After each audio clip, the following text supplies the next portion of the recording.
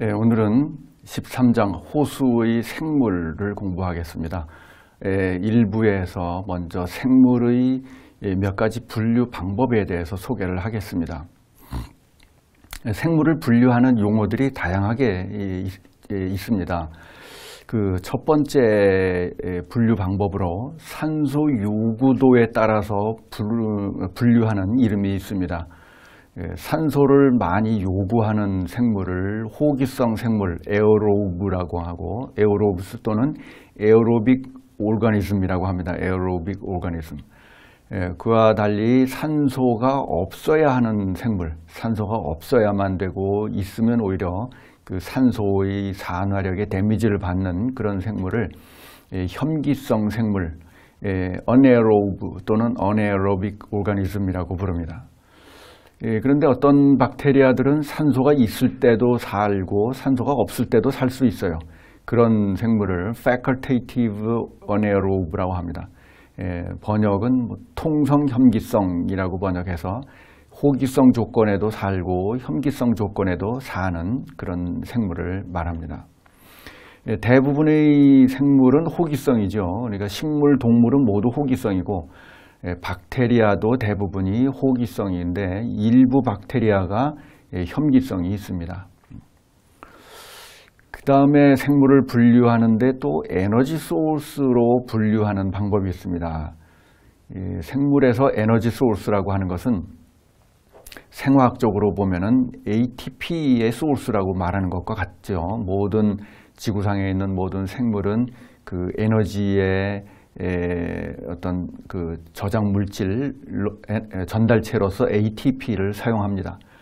그러니까 ATP를 어떤 방법으로 얻는가에 따라서 포토트로프와 케모트로프로 나뉘어집니다.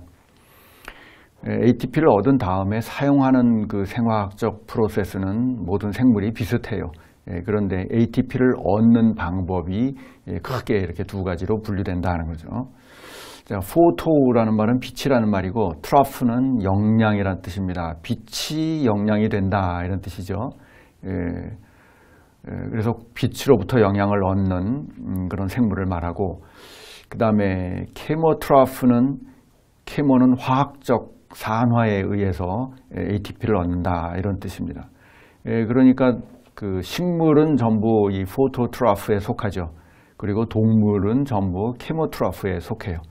유기물을 산화해서 거기서부터 ATP를 얻는 생물이죠. 그런데 이제 이 박테리아 중에 일부는 포토트로프가 있고 또 박테리아 중에 일부는 케모트로프가 있습니다.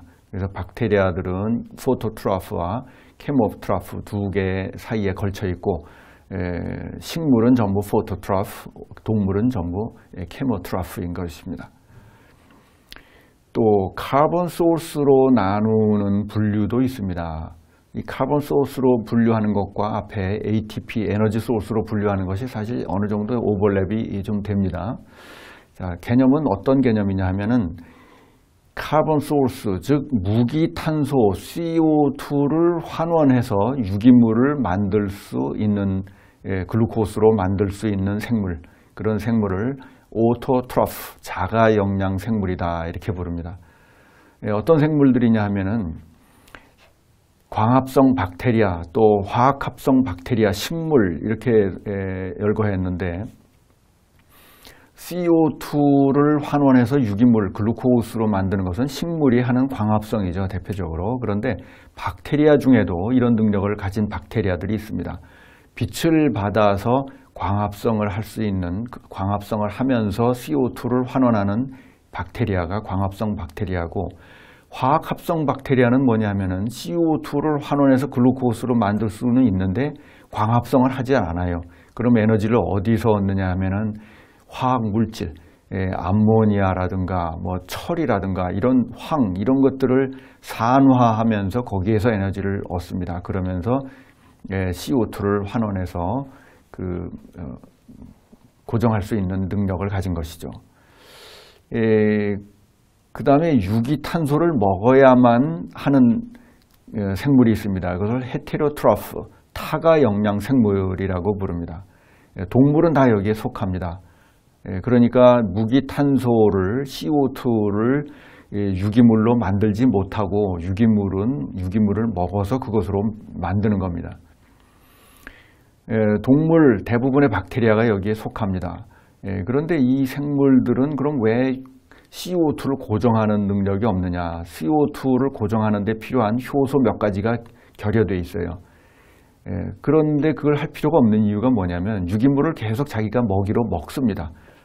계속 유기물을 동물이 먹기 때문에 굳이 에너지를 써가면서 CO2를 다시 환원할 필요가 없다는 거죠. 자기가 먹은 먹이로부터 유기물을 얻으면 되는 것이지.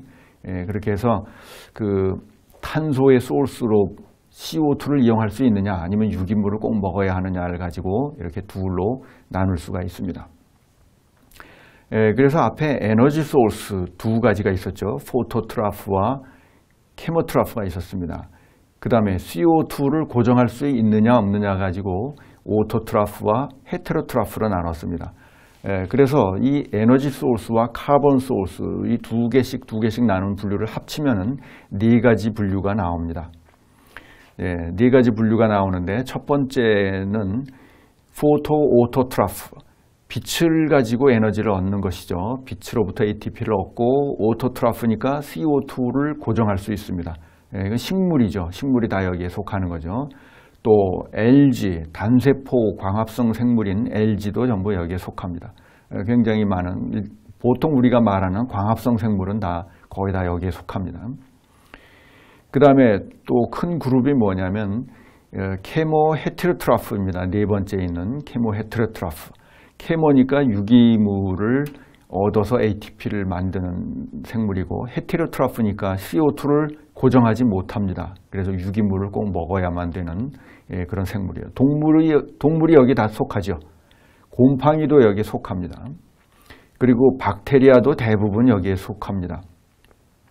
그래서 지구상에 있는 생물을 보면은 대부분이 1번 아니면 4번에 속합니다. 그런데 2번과 3번에 속하는 소수의 박테리아들이 있어요.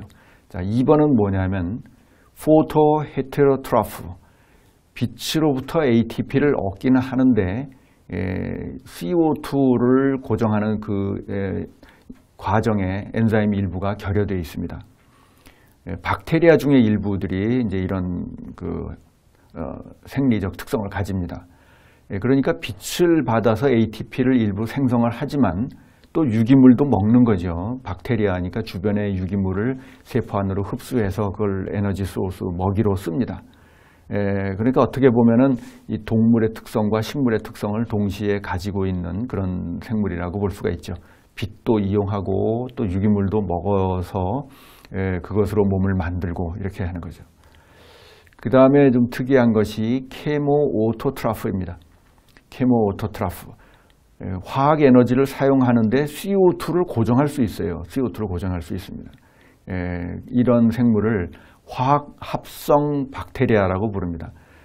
광합성과 유사합니다. 광합성과 유사한데 ATP를 얻는 방법이 빛이 아니고 무기물의 산화에 의해서 얻는 거죠. 이 암모니아, 또 철, 황 이런 것들을 산화시켜서 거기서 에너지를 얻고 그러면서 CO2를 고정하는 능력도 있어요. 그러니까 그 1차 생산자에 어느 정도 포함을 시킬 수도 있습니다. 1차 생산자라고 하면은 보통 1번을 말하는데 3번도 어느 정도 유기물을 좀 증가시킬 수 있습니다. 그런데 사실 그 유기물의 근원이 이런 암모니아라든가 설파이드라든가 유기물이 산화해서 만들어진 물질이기 때문에 결론으로 보면은 그 생태계의 유기물 총량을 증가시키는 건 아니지만 어쨌든 CO2를 고정해서 유기물을 만드는 종류입니다. 이렇게 해서 식물을 생리적 특성을 네 가지로 나누는 용어를 많이 사용합니다. 포토 오토트라프와 케모 헤테로트라프 이게 제일 대부분이고 그 다음에 일부 박테리아가 2번, 3번에 속하는 것이 있습니다. 그 다음에 수생식물을 분류할 때는 식물의 서식 형태에 따라서 분류하는 용어를 많이 사용합니다. 수생생물을 분류할 때 서식 형태에 따른 분류를 보면 제일 먼저 그 부유 생물이 있죠. 플랭크톤은 물에 떠서 사는 생물입니다. 단세포 또는 뭐 세포가 작죠. 크면은 빨리 가라앉기 때문에 세포가 작거나 작은 세포들을 여러 개 붙여서 콜로니를 만든 상태로 떠다닙니다. 광합성을 하는 것은 파이토플랭크톤이라고 부르고 광합성을 하지 않는 것은 조플랭크톤이라고 부릅니다. 우리말로 번역할 때는 식물 플랑크톤, 동물 플랑크톤. 과거에는 식물성 플랑크톤, 동물성 플랑크톤 이렇게 불렀었는데 근래에는 용어를 고쳐서 식물 플랑크톤, 동물 플랑크톤이라고 용어를 바꾸었습니다. 자, 부유생물은 이렇게 떠다니는, 유형 능력이 없이 떠다니는 생물이고 유형 능력이 있는 것은 유형생물, 넥턴이라고 부릅니다. 넥턴은 물고기 종류가 여기에 해당이 되죠. 그 다음에 저서생물이 있습니다. 벤터스라고 하는데 바닥에 붙어 사는 생물입니다. 근데 바닥에 붙어 사는 생물 중에는 조류도 많이 있습니다. 조류나 작은 식물들, 조류가 굉장히 많아요. 하천 바닥이나 얕은 호숫가 바닥 이런 데는 그런 광합성하는 조류가 붙어 있으면 그것을 파이토벤터스라고 부릅니다. 파이토벤터스. 그 이외에 광합성을 하지 않는 다른 동물, 무척추 동물 이런 것들은 대부분 조벤터스라고 부릅니다.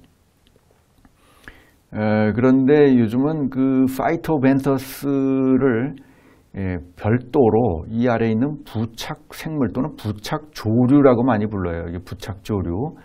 그래서 이 저서생물을 말할 때는 부착조류는 빼고 이 조벤터스, 저서동물만 말하는 경우들이 많습니다. 그래서 대개는 저서생물 그러면은 동물을 보통 중점적으로 언급하는 것이다 이렇게 생각하면 맞겠습니다.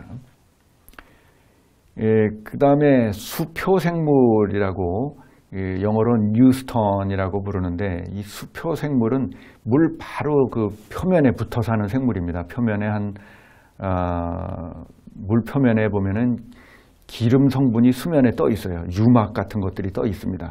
그게 한 두께가 뭐 100마이크론 이런 정도의 아주 얇은 막이 생기는데 거기에 유기물이 많기 때문에 박테리아들이 많이 삽니다.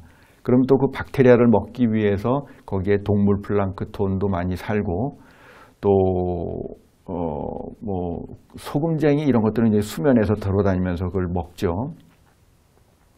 또 그 우렁이나 이런 종류들 보면은 수면에 붙어서 거꾸로 수면을 거꾸로 걸어 다니듯이 다니는 생물도 있어요. 그 수표 생물을 먹는 거죠. 그런 것들을 수표 생물, 영어로 발음하면 뉴스턴, 독일어로 발음하면 노이스톤이라고 독일 사람들이 이름을 붙였습니다. 자, 부착 생물이라는 것이 있는데 페리파이톤이라고 보통 부릅니다. 원래 부착 생물은 그 독일어로 아우프북스라고 이름을 붙였었어요.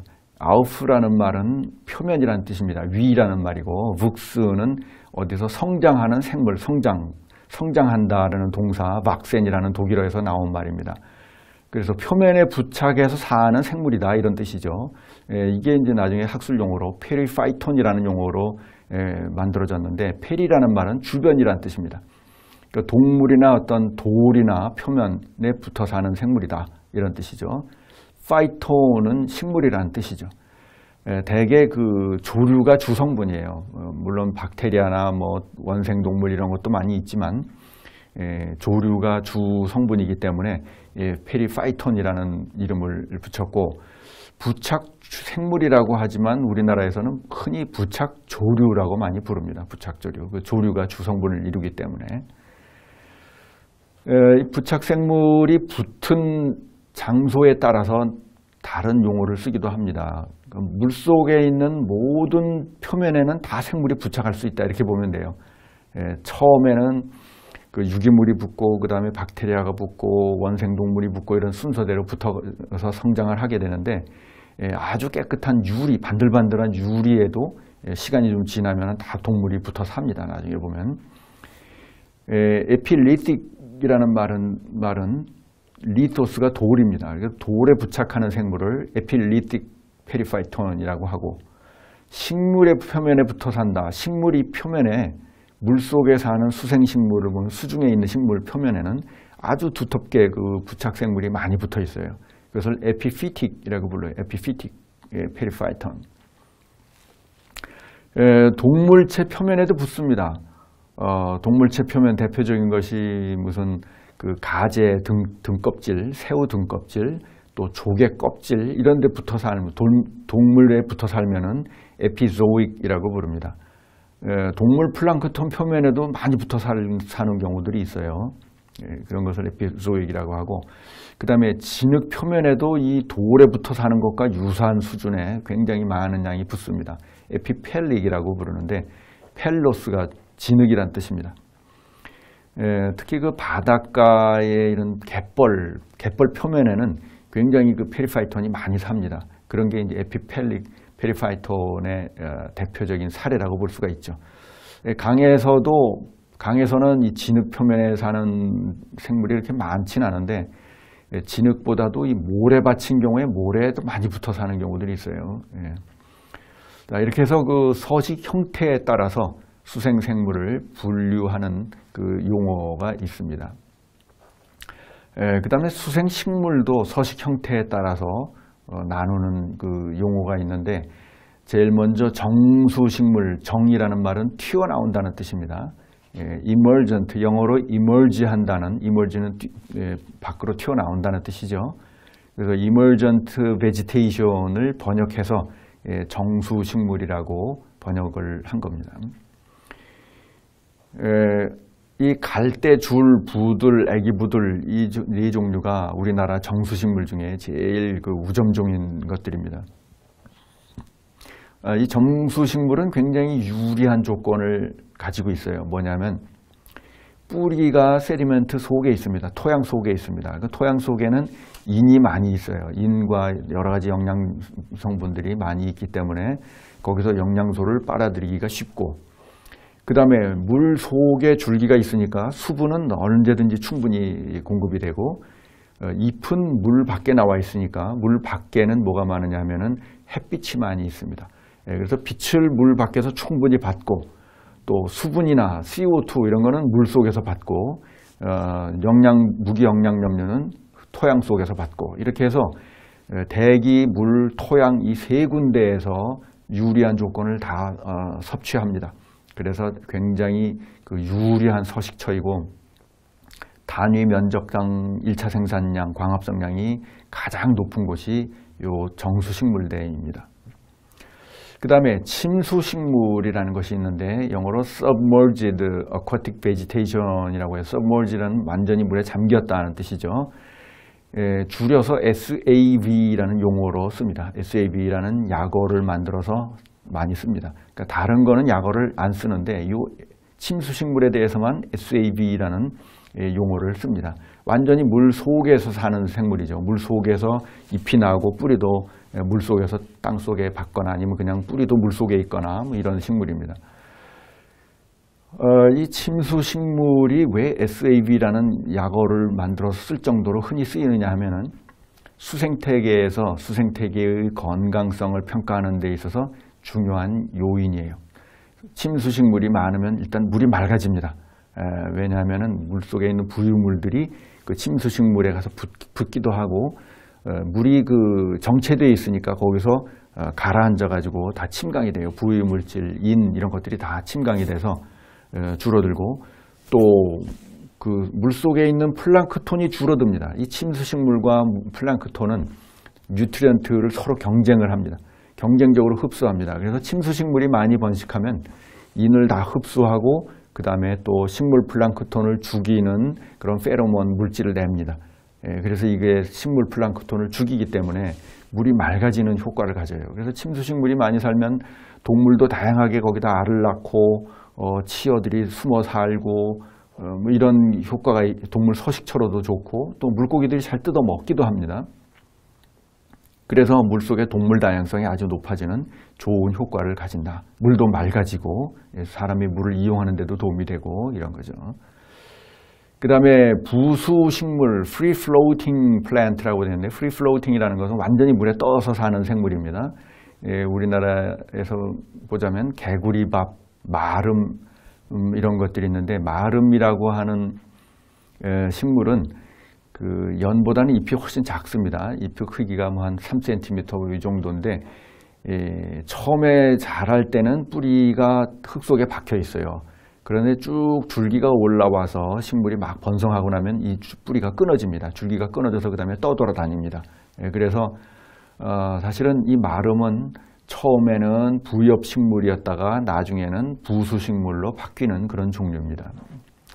이 불의 옥잠이라는 것은 원래 열대식물이에요. 우리나라에 없는 식물이었는데 열대식물이 우리나라에 도입이 돼서 관상용으로도 키우고 하다가 근래에는 그 추위에 적응을 한 것인지 한국의 뭐 기후변화 때문인지 낙동강 이런 데 가보면은 자생하는 종류들이 생겼습니다. 생존하는 종류들이. 이런 게 부수식물입니다. 완전히 떠 있는 거죠.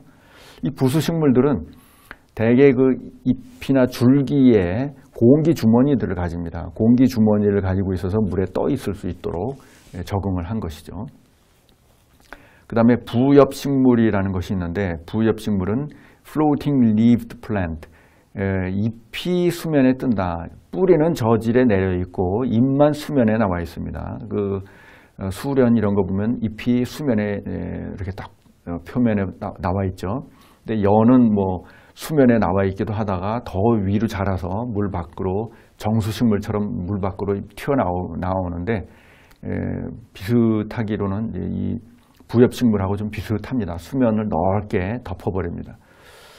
이 부엽식물이 많이 자라면은 수중 동물에게는 상당히 좋지 않아요. 이 수면을 덮어가지고 산소 공급이 차단됩니다. 그리고 빛을 차단해서 밑에 플랑크톤이 광합성을 못하니까 수중에서 산소가 생성되질 않아요. 그래서 이 부엽식물이 많아지면 이 산소가 고갈되고 그 산소에 민감한 동물들은 다 생존하지 못하고 절멸하는 그런 피해를 줍니다. 보기는 좋지만 생태학적으로는 별로 많이 번성하면 바람직하지 않은 종류입니다. 이렇게 수생식물은 서식 형태에 따라서 부르는 그 용어들이 있다는 거죠. 그 다음에 이 세포 구조에 따라 분류하는 방법이 있습니다. 세포의 구조를 보면은 이 생물의 세포가 크게 두 종류로 나뉘어집니다. 이 프로캐리오타라고 하는 부르는 생물의 그 세포 구조, 여기를 보면 핵이 없어요. 핵이 없는데 핵이 없는 게 아니라 사실은 핵막이 없는 겁니다. 그 다음에 미토콘드리아, 뭐 엽록체 이런 것도 없어요. 그러니까 막으로 둘러싸인 그런 기관들이 없습니다. 그런데 한 종류의 그 다른 종류의 세포는 유캐리오타, 진핵생물이라고 하는 종류는 막으로 둘러싸인 기관이 있습니다. 그래서 크게 이 원핵생물과 진핵생물 두 그룹으로 세포를 나누었었는데 근래에 와서 이 아키아라고 하는 박테리아 중에 아주 원시 형태의 박테리아가 이 다른 생물, 이 두 그룹의 생물과 특히 원핵생물과 차이가 많이 난다. 과거에는 이 원핵생물의 한 종류로 포함을 시켰었습니다. 그런데 워낙에 세포 구조가 좀 이것도 다르다, 특이하다 그래서 별도로 분류를 해서 알키아라고 하는 그 아키박테리아가 한 그룹이 되고 그 다음에 원핵생물, 진핵생물 이렇게 나눕니다. 그러니까 대부분의 생물들은 이 2번, 3번에 속하는 거죠.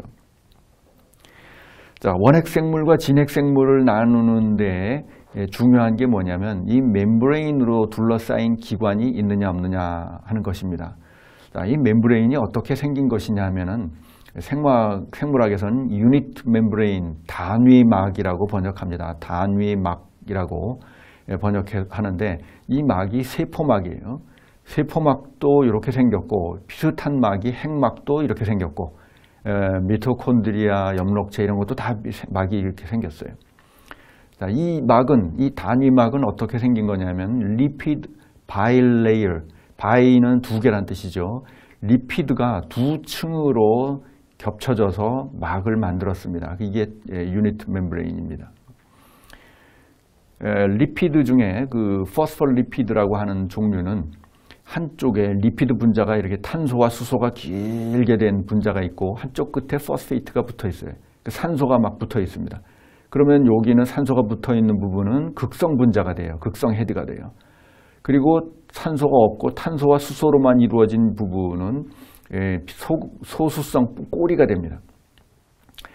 그러니까 물속에 이걸 집어넣으면 어떻게 되느냐 하면 이 소수성 꼬리 부분은 물에 잘 녹질 않습니다. 그러니까 물과 친화되질 않고 배척합니다. 그런데 이 머리 부분은 산소가 들어있는 부분은 극성 분자의 성격을 띄어서 물과 친화력이 좋아요. 그래서 친수성 헤드라고 부릅니다. 이 친수성 헤드가 물과 친화돼서 결합을 하고 정전기적으로 당기는 거죠. 정전기적으로 당기는 힘이 생기면은 이 소수성 부분은 저절로 밀려납니다. 밀려나서 이렇게 자기들끼리 모이는 거죠. 물에 기름을 넣으면은 기름이 물로부터 배척되죠. 물 분자는 서로 자기들끼리 당기고 기름을 당기지 않으니까 배척되는 거예요. 그거 똑같이 이 극성 분자가 물과 당겨지고 소수성 꼬리는 이렇게 배척이 되는 겁니다. 그런데 이 소수성 꼬리는 물에 녹질 않으니까 배척이 되는데 이거를 두 겹을 만들어 놓으면 두 겹을 겹쳐 놓으면 양쪽이 다 친수성이 됩니다. 친수성이 되고 가운데는 소수성 분자들로 채워지는 거죠. 이렇게 해서 친수성 분자가 밖에 있고 소수성 분자가 가운데 있고 이렇게 해서 이 분자가 막의 형태를 유지할 수가 있습니다. 그러니까 사실 이 분자와 이 포스폴리피드 분자 사이에는 공유결합이 없어요. 공유결합이 없고 그냥 서로 이렇게 가까이 있으면서 밀려다닙니다. 한쪽을 밀면 그냥 막 움직여요. 이렇게. 그래서 모형으로 그리자면 이 아래에 있는 그림과 같이 됩니다. 여기 동그라미가 극성 헤드고 꼬리 긴 부분이 소수성의 탄소와 수소로 된 부분입니다. 이런 것들이 서로 그냥 이렇게 떠 있는 것처럼 밀려다니는 거죠. 그리고 중간중간에 이런 통로가 있습니다. 물질이 통과할 수 있는 통로가 있고 그것들을 또 운반하고 뭐 이런 여러 가지 단백질들이 효소 이런 것들이 여기 박혀 있습니다. 이게 서로 막 움직일 수 있는 거죠. 자, 이렇게 해서 그 막이 있는데 이런 막이 세포막을 형성하고 있고 세포막만 있는 게 아니라 이제 다른 것도 둘러싸는데 이 원핵생물은 그런 게 없더라 하는 거죠. 세포막은 있어요. 세포막은 유니트 멤브레인이 있습니다. 그걸 셀 멤브레인이라고 부르죠. 셀 멤브레인, 세포막은 있는데 세포막은 있는데 핵막이 없습니다. 그러니까 가운데 DNA가 있는데 DNA를 둘러싸고 있는 막이 없어요. 그러니까 DNA 덩어리가 가운데 부분에 이렇게 뭉쳐져 있는 거죠. 그 외에 막으로 둘러싸인 기관들이 없습니다. 세포 소기관이라고 보통 부르는데 이런 것들이 없다 하는 거죠. 학명으로는 프로카리오타라고 씁니다. 대문자로 쓰죠. 대문자로 시작하고 영어로 끝은 A로 끝납니다. 자, 이게 라틴어 문법입니다. 라틴어 문법은 명사는 대문자로 시작하고 단수는 um으로 끝나고 복수는 A로 끝납니다. 그래서 이 프로카리오타 A로 끝난 것은 복수형을 말하는 것이죠. 자, 이걸 영어로 쓰면은 현대 영어 문법으로 커먼 네임으로 쓰면 이렇게 됩니다. 프로카리오츠라고 부릅니다. 소문자로 시작하고 복수형이 A가 아니라 S를 붙이죠. 이게 영어 문법을 따른 거예요. 자, 이 원핵 생물에 속하는 생물은 어떤 게 있느냐면 이 박테리아와 사이아노박테리아 두 종류 그룹입니다. 이것도 박테리움, 단수는 박테리움이라고 하고 복수는 박테리아가 되는 거죠. 그에 비해서 유캐리오타, 진핵 생물은 세포 소기관이 다양하게 있습니다. 우선 여기 핵을 둘러싼 막이 있어요. 핵을 둘러싼 막, 핵막이라고 부르죠. 그리고 여기 구멍들이 있죠. 뉴클리어 엔빌로프라고 하는 막이 있고 구멍은 뉴클리어 포어라고 있습니다. 여기 이제 DNA가 있고 DNA가 어떤 엔자임을 만들려면은 메신저 RNA로 전사가 돼야 되죠. 그 메신저 RNA가 여기서 전사가 된 다음에 이 구멍을 통해서 메신저 RNA가 밖으로 빠져나오는 겁니다. 완전히 막히면은 DNA 정보가 밖으로 나올 수가 없기 때문에 교환이 되는 그 구멍이 있는 거예요. 그러면서 이렇게 막으로 둘러싸 주었다 하는 거죠. 그 외에 여기 엔도플라스믹 레티큘럼이라고 하는 소포체라는 것들이 있습니다. 이거 막으로 둘러싸여 있는데 여기에는 리보솜을 비롯해서 여러 가지 효소들이 막 붙어 있어요. 이건 무슨 역할을 하느냐면 단백질을 합성하는 데 필요한 엔자임들이 여기 막에 붙어 있는 거예요. 그러니까 막을 만들어 둔 이유는 엔자임이 같은 일을 하는 엔자임들이 흩어져 있으면 반응이 빨리 안 일어나겠죠. 그 엔자임을 찾아다니느라고. 그런 것들을 한데 묶어서 비슷한 일을 하는 엔자임 컴플렉스를 여기다 붙여놓은 겁니다. 거기에 이제 이 리보솜이 단백질 합성하는 건데 여기에 붙여놓고 단백질 합성을 시키는 거예요. 그 외에 이게 미토콘드리아라는 것이 있는데 미토콘드리아는 ATP를 만드는 일을 하는 엔자임들을 그 안에다가 막에다가 다 붙여놨습니다. 이렇게 해서 유캐리오타라고 하는 생물과 프로캐리오타라고 하는 생물은 세포 구조가 많이 다르다. 간단히 정리를 해보자면은 이 핵이 가운데에 있는데 원핵 생물은 막이 없고 그냥 이렇게 가운데 DNA가 뭉쳐져 있어요. 그런데 진핵 생물은 핵을 둘러싸는 멤브레인이 있다. 핵막이 있고 그 외에 소포체, 그 다음에 미토콘드리아, 뭐 엽록체 이런 막으로 둘러싸인 기관들이 막 있어서 구조가 훨씬 더 진화된 상태죠. 그래서 보통 진화의 갈래로 볼 때는 이 원핵 생물이 먼저 지구상에 생기고 그 다음에 진핵 생물 세포는 나중에 발생했다 이렇게 보고 있습니다. 또 요 미토콘드리아, 엽록체 이런 것들은 다른 그 원핵 세포가 이 안에 들어와서 공생을 하게 됐다. 공생하면서 만들어진 것이다. 이렇게 설명을 하고 있습니다. 이 원핵 생물과 진핵 생물은 크기도 조금 다릅니다. 원핵 생물이 훨씬 작고 진핵 세포가 좀 더 큽니다.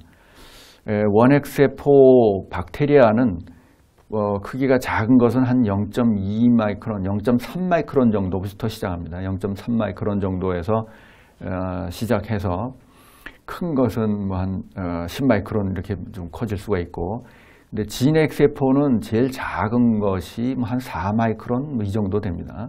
그러니까 프로캐리오트보다는 조금 크죠. 근데 물론 그 사이에 그 크기에서 오버랩되는 구간은 좀 있습니다. 자, 오늘은 그 생물의 종류, 분류 방법에 대해서 용어들을 설명했습니다.